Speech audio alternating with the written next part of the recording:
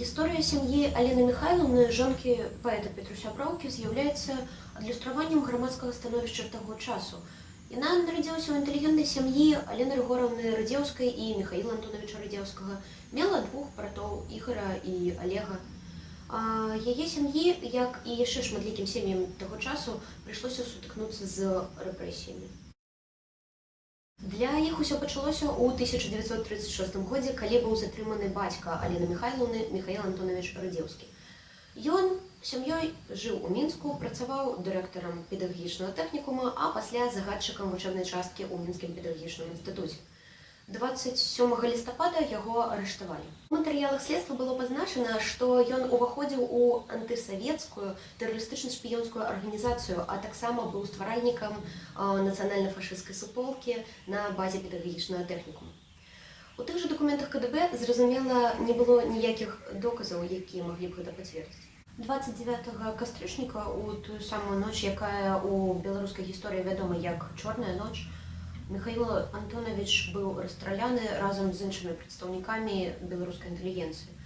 Члены сям'і ў сваю чаргу казалі, што ён атрымаў 10 гадоў без права перапіскі. Прыкладна праз год, 20 лістапада 1937 года, арыштавалі яго жонку Алену Рыгораўну Радзеўскую. Ёй, як жонцы ворага народу, выстаўлялася саўдзельніцтва ў злачынствах мужа. Яна спрабавала адмаўляцца ад ілжывых абвінавачванняў, але ёй напрамую казалі, што яна хлусіць і што яе словы не маюць ніякай вартасці. 27 лістапада 1937 года жанчыне прысудзілі 8 гадоў у працоўна-папраўчым лагеры. Разам з ёй затрымалі і яе сына Алега Радзеўскага, вучня 10 класа.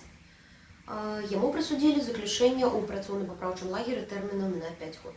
Знаходзячыся ў Акмалінскім карлагі на той момант, Алена Рыгораўна піша ліст Сталіну з надзеяй на рэабілітаванне яе сына. Але, хутчэй за ўсё, ліст ужо не меў ніякага сэнсу. Вядома, што Алег Радзеўскі не дабраўся да лагера ў Карагандзе, у які ён быў напраўлены, і далейшы лёс хлопца таксама невядомы, таму што праз 5 год ён з лагеру не вяртаўся. Толькі ў 1956 годзе члены сям'і атрымалі распіскі аб тым, што справы іх родных спынены за адсутнасцю саставу злачынства і афіцыйна яны лічацца рэабілітаванымі. Гэтыя дакументы вярталі людзям іх сумленнае імя, але вядома, што ніякая афіцыйная папера не зможа вярнуць родных, якія загінулі ў той страшэнны час.